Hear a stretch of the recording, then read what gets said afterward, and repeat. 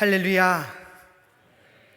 오늘도 우리에게 주어진 예배의 자리를 통해 한 주 동안 무디어진 우리 영과 마음을 깨우기 위해, 또 우리의 모든 삶을 주 여호와 하나님 앞에 온전히 올려드리기 위해 이 아침 주일 예배로 나아오신 우리 세문안의 믿음의 성도님들 한 분 한 분을 주님의 이름으로 환영하고 축복합니다.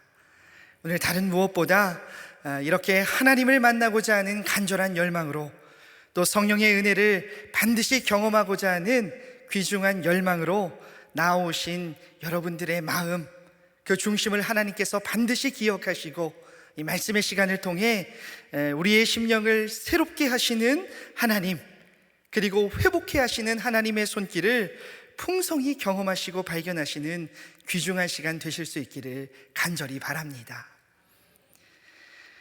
스티브 도나유라는 작가가 쓴 사막을 건너는 6가지 방법이라는 책을 보면, 극한 환경이 가득한 사막에서 인간이 생존하기 위해서는 어떤 전략과 또 어떤 방법이 필요한지, 그것에 대한 중요한 몇 가지 기술에 대해 소개를 해주고 있는데요, 이 책의 저자는 시시때때로 예기치 못한 환경으로 수없이 변화되는 이 사막이야말로 우리 사람의 인생과 같다 라고 이야기하며, 자신의 20대 때 프랑스 파리에서 또 아프리카 북부로 이어지는 사하라 사막을 직접 횡단하며 당시 사막을 건너는 방법에 대해 깨달았던 몇 가지 원리에 대해 오늘을 살아가는 우리 현대인들이 이 험난한 세상 속에서 이러한 방법과 기술을 어떻게 적용해야 하는지에 대해 중요한 메시지를 던져줍니다. 특별히 오늘 여러분들에게 이 사막을 건너는 6가지 방법 중 한 가지를 소개하고자 하는 대목은 바로 이런 부분입니다. 자동차가 사막의 모래에 갇히게 되면 반드시 타이어에 바람을 빼야 된다. 무엇입니까, 여러분? 자동차가 사막의 모래 웅덩이에 빠지게 되면 대부분의 많은 운전자들은 자신의 힘으로 그 웅덩이에서 빠져나오기 위해 핸들을 이리저리 돌려보기도 하고, 또 삽을 이용해 바퀴 앞부분에 모래를 다져 넣어 가속 페달을 더 세게 밟아 보기도 하지만, 이 사막의 모래 웅덩이에서는 이때마다 결국 이 타이어가 오히려 모래에 더 깊숙이 들어가게 되는 현상이 나타난다는 것이죠. 이러한 위기 앞에서는 자신이 가지고 있는 뛰어난 운전 실력, 그리고 그동안 쌓아왔던 여러 많은 경험들 등 이러한 내가 가진 모든 능력들은 아무 소용이 없게 된다는 겁니다. 특히 이 스티브 도나휴도 여기서 자동차가 이 모래 웅덩이를 빠져나올 수 있는 중요한 방법은 운전자의 운전 실력이 아니라 바로 타이어에 바람을 빼야 한다라고 이야기를 합니다. 원리는 이러합니다. 이 타이어에 바람이 조금 빠지게 되면 이 타이어와 모래 지면 사이의 접촉면이 더욱 많아지게 돼서 이 웅덩이, 즉 이러한 위기에서 벗어날 수 있는 힘을 얻게 된다는 거예요. 여러분, 이것이 무슨 이야기입니까? 우리 인간은 사막과 같이 험난한 인생을 살아가는 많은 순간 내 능력, 내 힘에 의지하여 세상을 살아가는 것이 아니라 때마다 내 생각, 내 관점을 내려놓을 수 있는 그런 삶으로 나아갈 수 있어야 된다는 것이죠.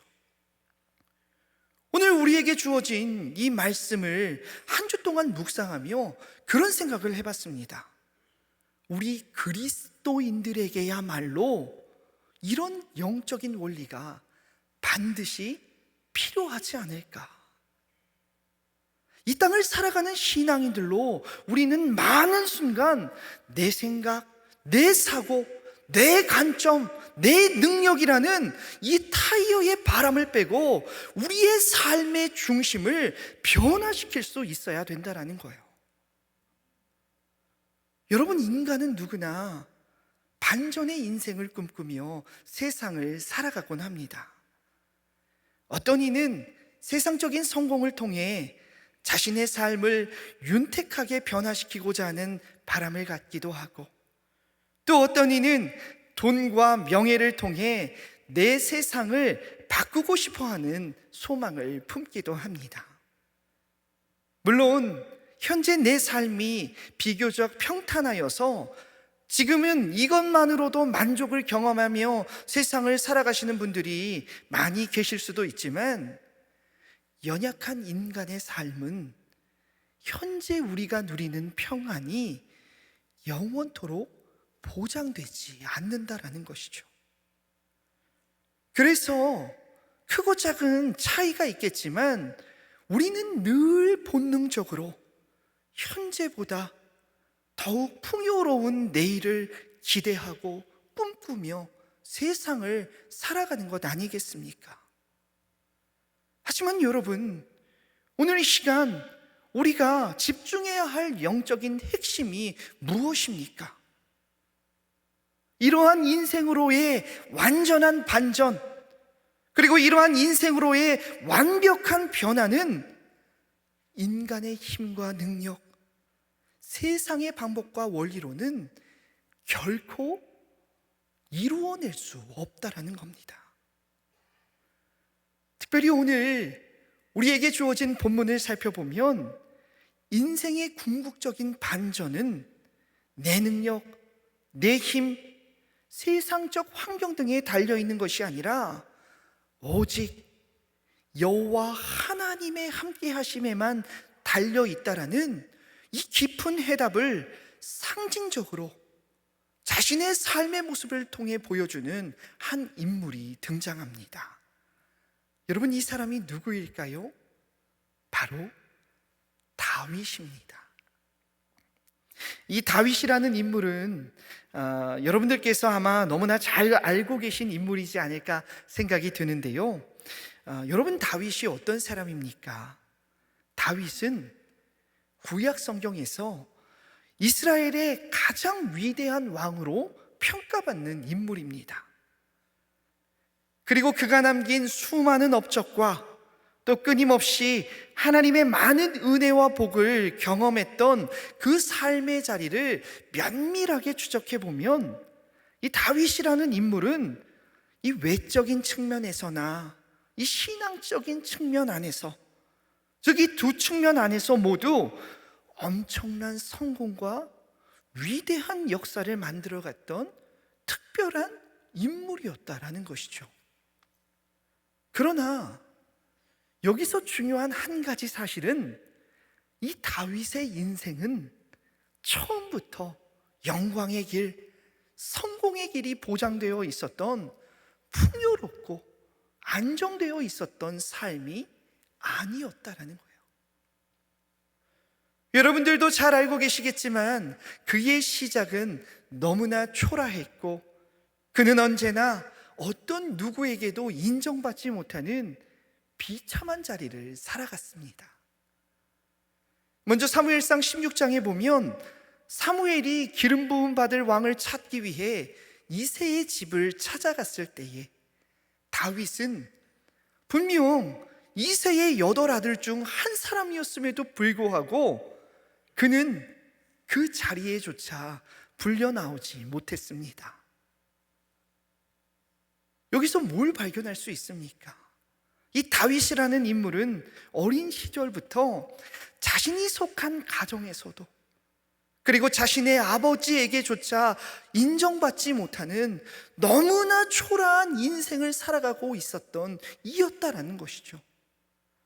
게다가 자신의 형들은 나라를 위해 용맹한 군세로서 블레셋과의 전쟁 가운데에 그 영광스러운 소명을 감당하고 있었던 그 시점에도 다윗은 늘 아무도 바라봐 주지 않는 인간적인 시각으로는 들에서 고작 양들을 치는 너무나 작고 연약해 보이는 목동의 삶을 살아갔을 뿐이라는 겁니다. 물론 이후 하나님의 강권적인 역사로 골리앗을 물리치는 은혜를 경험하게 되기도 하지만, 이러한 감격의 순간도 잠시, 그의 삶은 오히려 그 이후 더 거세게 흔들리고 사막의 모래 웅덩이와 같은 수렁에 더욱 깊이 들어가게 되지 않습니까? 더 나아가 그는 사울 왕의 시기와 미움으로 인해 수없이 죽음의 위기 앞에 서야 했으며, 엔게디 광야, 아둘람 굴 등 정처 없이 밤을 지새우며 수년 동안 도망자의 신분으로 광야를 떠돌아야 했습니다. 언제나 이 다윗이라는 인물은 억울함 속에 너무나 많은 순간 고개를 떨궈야 했고, 때로는 살아남기 위해 미치광이처럼 행동해야 하는 이런 심각한 수치도 감내해야 했습니다. 여러분, 이렇게 세상적인 관점으로 다윗을 바라본다면 오늘 다윗의 인생은 어떤 인생이었다라고 말할 수 있습니까?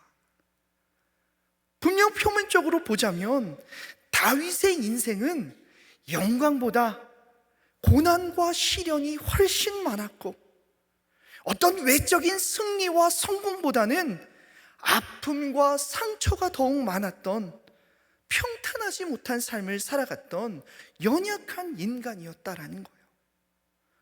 쉽게 말해 이 다윗의 삶은 누구보다 보잘것없었고 누구보다 파란만장한 인생을 살아갔던 한 사람이었다라는 겁니다.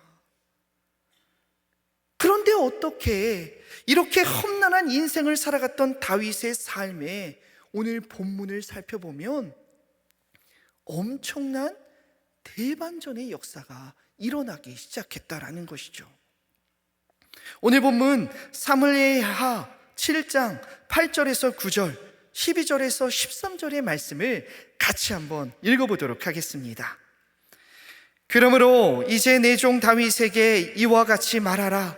만군의 여호와께서 이와 같이 말씀하시기를, 내가 너를 목장 곧 양을 따르는 데에서 데려다가 내 백성 이스라엘의 주권자로 삼고, 내가 가는 모든 곳에서 내가 너와 함께 있어 내 모든 원수를 내 앞에서 멸하였은즉, 땅에서 위대한 자들의 이름같이 내 이름을 위대하게 만들어 주리라.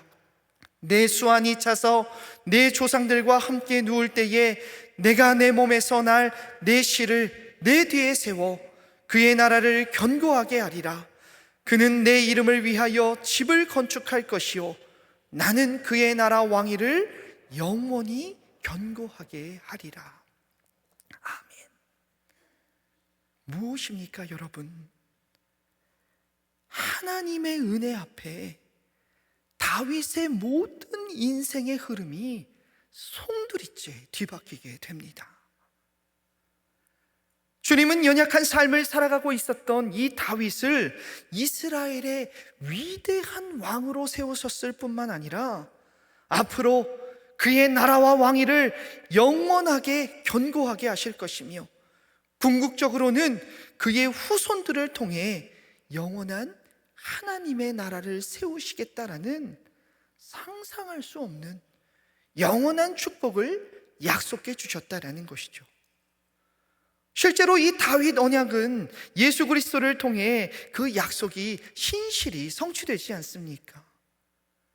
오늘 이렇게 다윗은 세상의 성공과 비교할 수 없는 영적으로 위대한 역사를 만들어가게 되는데요. 그렇다면 여러분, 오늘 하나님께서는 그 많은 사람들 가운데에 왜 유독 다윗에게 이렇게 놀라운 언약의 축복을 허락하셨던 것일까요? 그 힌트가 오늘 사무엘하 7장 2절에 기록되어 있습니다. 제가 읽어보도록 하겠습니다. 왕이 선지자 나단에게 이르되, 볼지어다 나는 백향목궁에 살거늘 하나님의 궤는 휘장 가운데에 있도다. 여러분, 다윗이 무엇이라 고백하고 있습니까? 나는 백향목궁의 살건을 하나님에게는 휘장 가운데 있도다. 여러분, 이 고백은 다윗이 평소 어떤 신앙의 자세를 가지고 세상을 살아가고 있었던 이였는지 분명하게 보여주는 결정적인 장면이라 할 수 있습니다. 오늘 사무엘하 7장 1절에 기록되어 있듯이 다윗은 그간의 험난한 인생을 극복하고 사방의 대적들에게서 해방되어 드디어 왕으로 부름받았으며 이후 정치적으로나 경제적으로 너무나 안정적이고 풍요로운 환경을 손에 쥐게 되었습니다. 특히 사무엘하 7장 1절에 보면 그는 그의 인생에서 그동안 한 번도 경험해 보지 못한 평안을 얻었다라고 성경은 기록하고 있는데요. 여러분, 다윗에게 있어 이 평안을 얻었다, 평안의 순간을 맞이했다라는 것은 그에게 그간의 험난한 인생을 보상받을 수 있었던 그 자신에게 엄청난 감격의 순간 아니었겠습니까? 그런데 오늘 다윗의 고백이 이러한 고백이었다라는 거예요. 나는 백향목궁의 살건을 하나님의 궤는 휘장 가운데에 있도다. 여러분, 이 고백이 뜻하는 바가 어떤 것일까요? 이 고백에서 이 휘장이라는 단어를 특별히 히브리어 원문으로 살펴보면 이 오헬이라는 단어로 표현하고 있는데요, 이 오헬이라는 단어는 천막, 임시거주 장소라는 것을 뜻한다라고 합니다. 그렇다면 여러분, 이 다윗의 고백은 무엇을 뜻하는 겁니까? 자신은 이제 왕으로서 화려하고 호화로는 백향목궁에 거할 수 있게 되었지만 하나님의 처소는 여전히 천막과 같은 임시장소, 너무나 초라한 장막에 머물고 있다라는 것에 다윗은 가슴 아파하고 있었다라는 것입니다. 다시 말해, 이 다윗이라는 인물은 자신에게 다가온 엄청난 성공 앞에서도 자신의 것을 먼저 바라보며 세상을 살아갔던 이가 아니라 여전히 하나님의 것만을 바라보는, 언제나 하나님 중심의 신앙을 갖춘 삶을 살아갔던 인물이었다라는 것이죠. 오늘 하나님도 이러한 중심을 가지고 있었던 다윗을 향해 사무엘을 통해 이렇게 증언하고 있지 않습니까? 사도행전 13장 22절의 말씀입니다. 제가 읽어보도록 하겠습니다. 다윗을 왕으로 세우시고 증언하여 이르시되 내가 이새의 아들 다윗을 만나니 내 마음에 맞는 사람이라, 내 뜻을 다 이루리라 하시더니, 내 마음에 맞는 사람이라, 내 마음에 맞는 사람이라.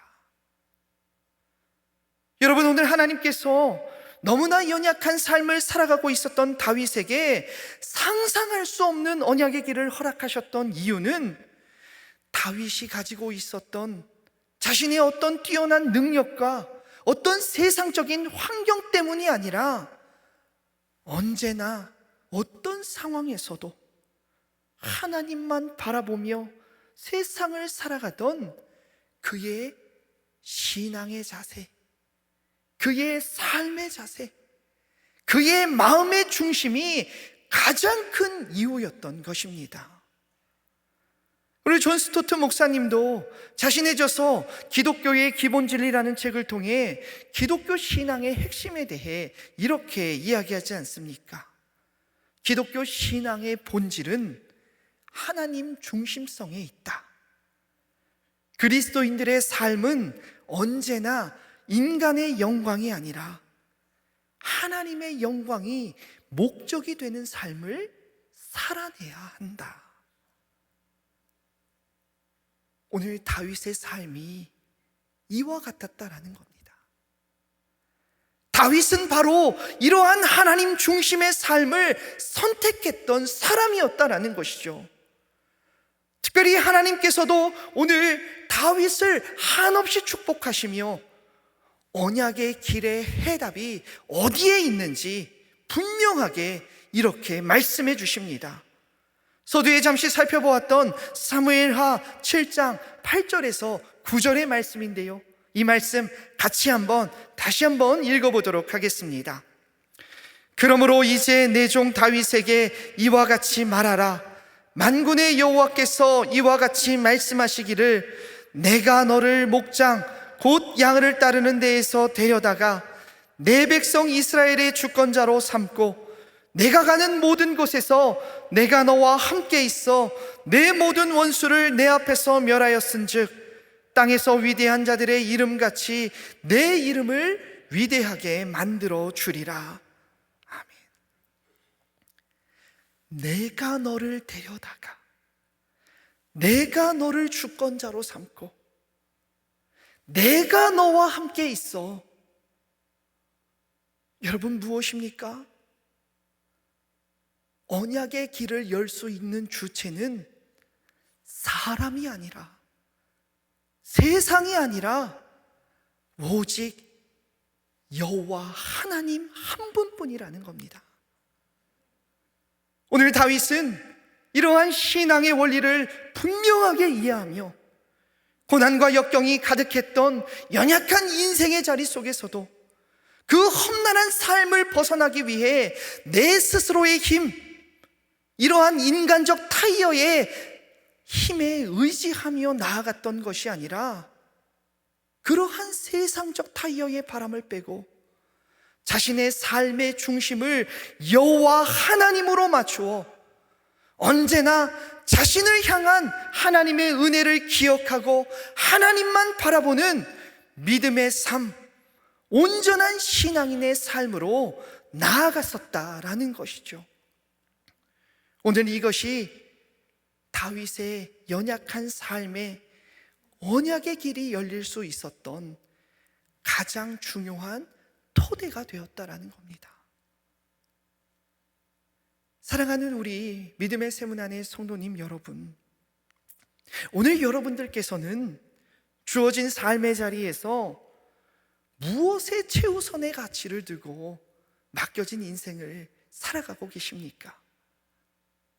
오늘 다른 무엇보다 우리에게 허락하신 이 예배와 말씀의 자리를 통해 내 인생의 가장 중요한 우선순위를 하나님 앞에 올려드릴 수 있는 여러분 모두가 되실 수 있기를 바랍니다.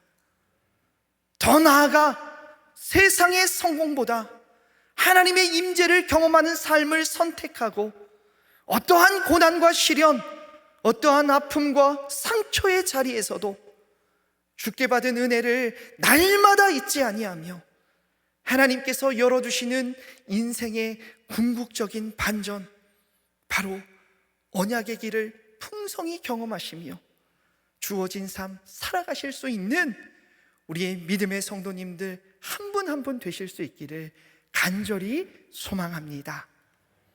함께 기도하도록 하겠습니다.